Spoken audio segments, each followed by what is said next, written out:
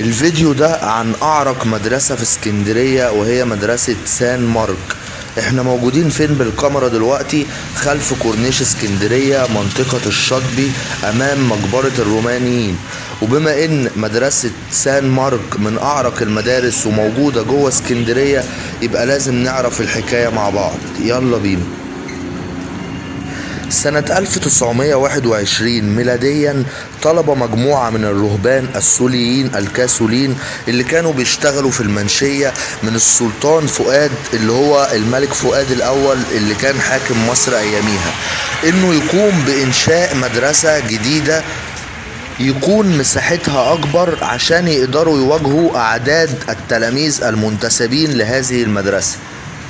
فوافق السلطان فؤاد على طلبهم وتم بناء المدرسة في منطقة في وسط شرق المدينة، وهي منطقة الشاطبي اللي احنا واقفين فيها دلوقتي.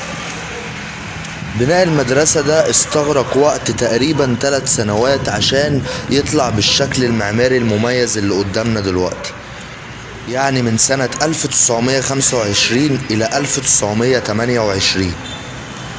وبعد كده تم وضع حجر الأساس في 16 من مايو عام 1926، وحضر الأمير عمر باشا اللي كان ممثلا للسلطان فؤاد، وحسين صبري باشا اللي كان حاكم اسكندرية الفترة دي. تم افتتاح المدرسة في 6 أكتوبر سنة 1928 ميلاديا، وتم بناء كنيسة الرهبان الناسلين كملحق في المدرسة. والكنيسة الكبيرة دي موجودة أسفل القبة اللي قدامنا دي دلوقتي، اللي هنصورها من الناحية التانية بشكل واضح.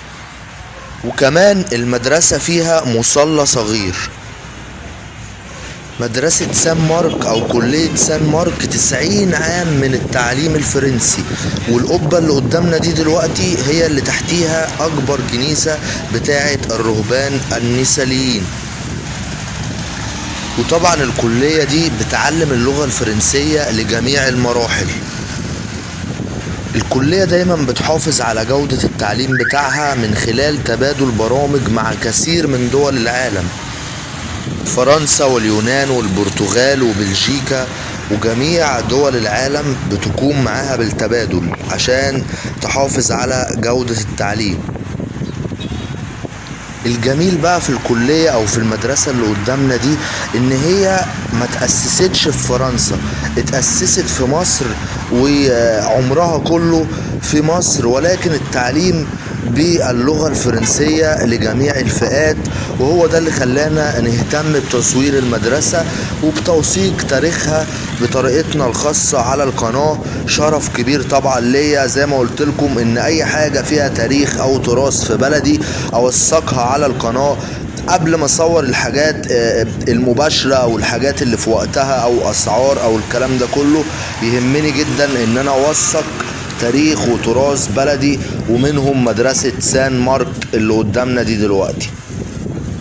وكده يكون انتهى الفيديو بتاعنا النهاردة، يا رب يكون عجبكم. انتظروا فيديوهات كتير من اسكندرية الكنز الذي لا يفنى، يعني في اماكن ياما تراثية وتاريخية عمرها اكتر من 2000 و1000 سنة. انتظرونا، لسه في فيديوهات جاية كتير، ويا رب يكون الفيديو عجبكم، والسلام عليكم ورحمة الله وبركاته.